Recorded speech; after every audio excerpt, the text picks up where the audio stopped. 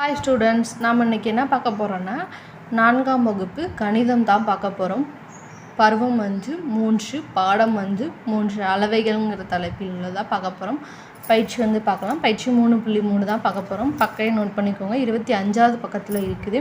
First என்ன பின்வருவனவற்றை கூட்டுகன்னு போட்டுருக்காங்க. லிட்டர் மில்லி லிட்டரை நம்ம இப்போ ஆட் பண்ணணும் அவ்வளவுதான். இங்க 25 litre 830 milli litre. Next 42 litre 126 milli லிட்டரை நம்ம இப்போ அப்படியே கூட்டணும். 06 6 அப்படியே போட்டுக்கோங்க.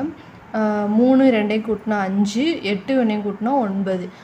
இது நெக்ஸ்ட்டு 5 2 கூட்டினா 7, 4 2 கூட்டினா 6.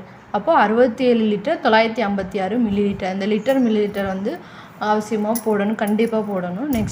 நெக்ஸ்ட்டு கூட்டினா 5 3 கூட்டினா 8, 4 4 கூட்டினா 8, 6 1 கூட்டினா 7, 3 4 கூட்டினா 7, 5 1 கூட்டினா 6. அப்போ இது 67 லிட்டர் 788 மில்லி லிட்டர். அது மாதிரி இங்கேயும் 0 0 கூட்டினா 0, 5 4 கூட்டினா 9, 2 1 கூட்டினா 3, 3 2 கூட்டினா 5, 3 1 கூட்டினா 4. ஸோ 45 லிட்டர் 390 மில்லி லிட்டர் வரும். ஃபஸ்ட்டு பின்வருவனவற்றை கழிக்க இது கழிக்கணும். இப்போது 15,400லேருந்து 7,300 கழிக்கணும். இப்போ 0 0 கழிச்சா 0, 0 0 கழிச்சா 0 தான் வரும். 4 3லேருந்து கழிச்சா 1, 5லேருந்து 7 கழியாது. ஸோ 15 எடுத்துக்கலாம். 15லேருந்து 7 கழிச்சா 8. அப்போ 8 லிட்டரு 100 மில்லி லிட்டர் வரும். நெக்ஸ்ட்டு 0லேருந்து 0 கழிச்சா அப்படியே தான் வரும். 1லேருந்து 0 கழிச்சா 1, 9லேருந்து 5 கழிச்சா 4, 9லேருந்து 1 கழிச்சா 8, 2லேருந்து 2 கழிச்சா 0 தான். ஸோ அது போட தேவையில்ல. அப்போ 8 லிட்டர் 410 மில்லி லிட்டர் வரும்.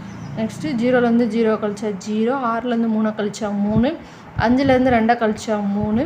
நெக்ஸ்ட்டு 3 இருக்குது. இங்கே 3லேருந்து 4 கழிக்க முடியாது. ஸோ பக்கத்துலேருந்து 1 கடவானா இங்கே 13 வரும். இங்கே 5 மாறிடும். 6லேருந்து 5 ஆயிரும். இப்போ 13லேருந்து 4 கழிச்சுனா 9 வரும். நெக்ஸ்ட்டு 5லேருந்து 3 கழிச்சா 2. அப்போது 29 லிட்டர் 330 மில்லி லிட்டர் வரும். தேங்க்யூ. நெக்ஸ்ட்டு வீடியோவில் பின்வருவனவற்றை தீர்க்க கொஸ்டின் பார்க்கலாம். தேங்க்யூ.